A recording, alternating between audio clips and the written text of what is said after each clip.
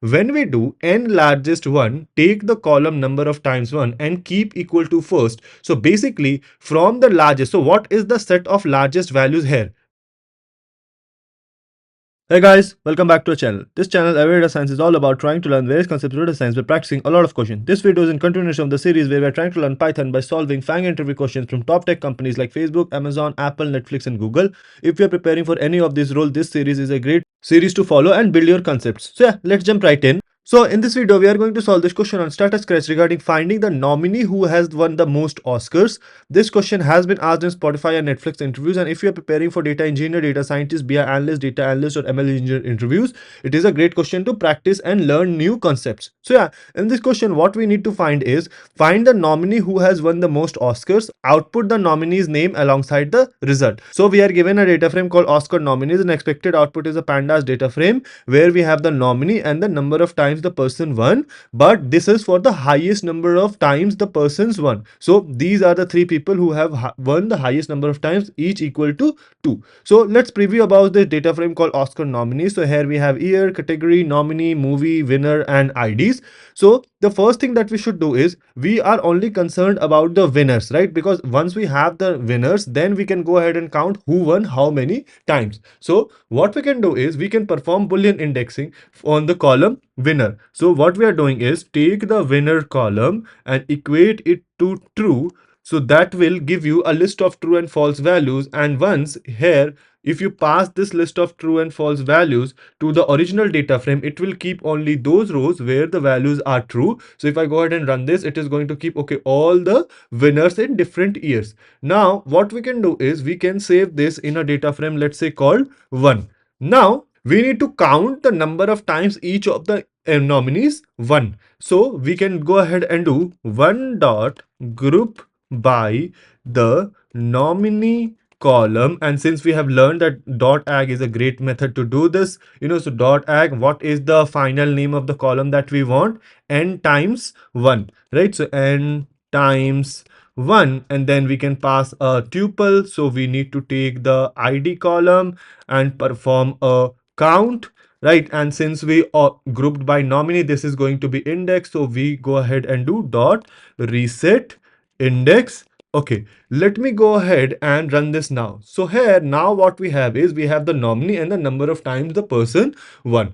So now we are only concerned about people who have won the highest number of times. So what I'm going to do is let me save this in a data frame called df. Okay, now here you can take two paths. Firstly, you can create a third column called rank based on the number of times won in decreasing manner, right? Once you have the ranks, and the ranking should be based on dense ranking. Why? Because there are multiple people who could have won the equal number of titles. So all those should be present in your output, right? So that is why you need to perform a dense ranking, that even if there are ties, they are assigned the same rank.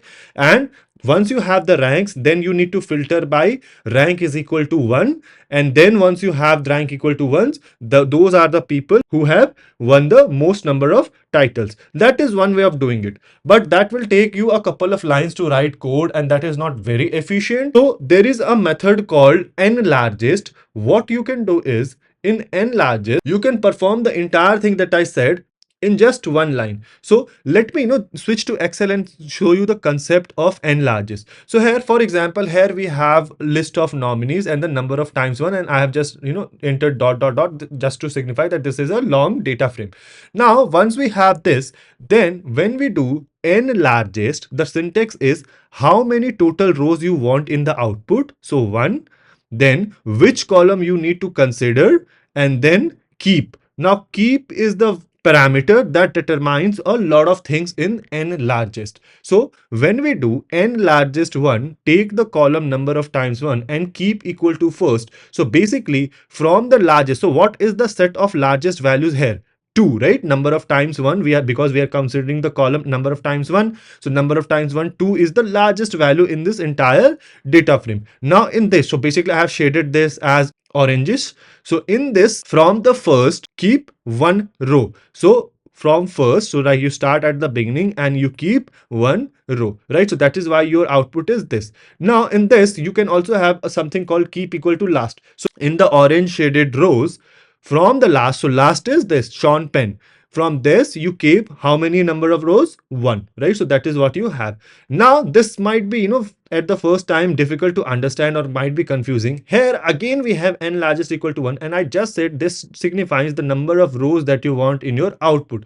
But when you do keep equal to all, it is exactly like here you have ranks is equal to 1, 1 and 1, and rank is when you do a filtering based on rank equal to 1, it is going to keep all the rows, right? So that is what is basically happening. So here it says that n largest equal to 1. So ideally in your output you should have one row, but since there are ties that are involved, it will keep every other row, and that is what we actually want in our output, right? So you see how sorting this in descending manner, then ranking based on number of times 1, and then keeping rank equal to 1, all this can be just done by this line of code, right? So if I go ahead and take, let me copy this and paste it here, and this is what we are performing on the data frame, right? So data frame and n largest, we want one row in the output, take the column n times 1 and keep all, basically if there are ties, keep all the rows even if total number of them are not equal to 1. So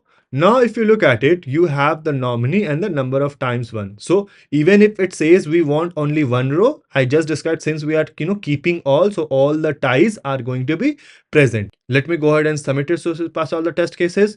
So you see all everything is green, and this is how to do it. So yes, somewhat tricky question, but all we had to do was, firstly we kept only the winners, and then once we had the winners, we counted that okay, how many time each of those winner won, and then we had that values in the column called number of times 1, and then we reset the index so that nominee appears as a column because we want them in our output. And once we have that, then we know that we can go either the ranking method route, or we learned about something called n largest. We basically, what we are doing is we are taking a column and then how many number of rows we want in our output, and the method of keeping those rows, either first, last, or all. So this is how we do it. Let me know if there is a better way or more efficient way to solve this question. Let the solution be in the comment section below, and I'll see you guys in the next video.